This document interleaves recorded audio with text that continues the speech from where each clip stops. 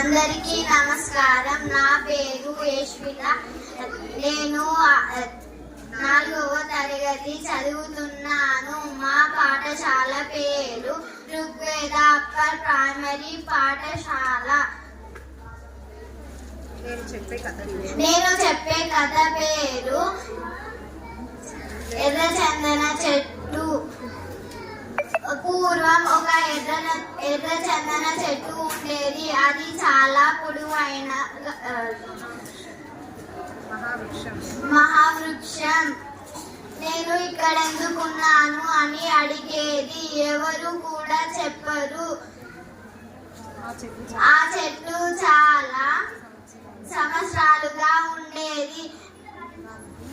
దానికి పచ్చముళ్ళు లాంటి ఆకులు ఉండేది.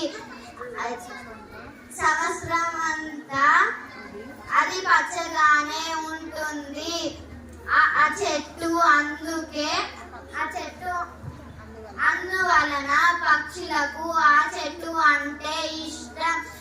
ఆ చెట్టు పైన గూటి కట్టుకొని నివసిస్తూ ఉండేది. సుమారు 200 పక్షు కుటుంబాలకు అదే ఇల్లు. సూర్యాస్త సమయంలో పక్షులు గూటికి చేరే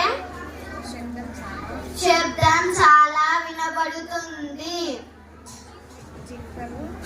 జింకలు ఆ చెట్టుకు రుద్దుకోవడానికి వీలవ్వేది కాదు. పక్షుల శబ్దం చాలా వినబడుతుంది కాబట్టి వీలయ్యేది కాదు. నేను ఇక్కడ ఎందుకున్నాను అని అదే ప్రశ్నను సంవత్సరాలు ఒకరోజు అడిగింది. ఎవరైనా నన్ను నరికేసి నా కలపతోనే 10 ఇల్లులు కట్టుకోవడం నా కోరిక. చెట్టు చెప్పిన ఒక నల్ల పక్షి విన్నది.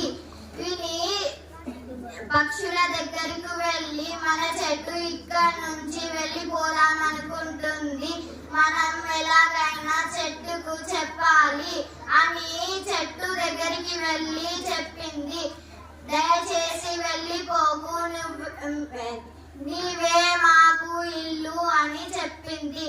ఆ చెట్టు ఇక్కడ ఎందుకున్నానో తెలుసుకొని సంతోషించింది. ధన్యవాదాలు.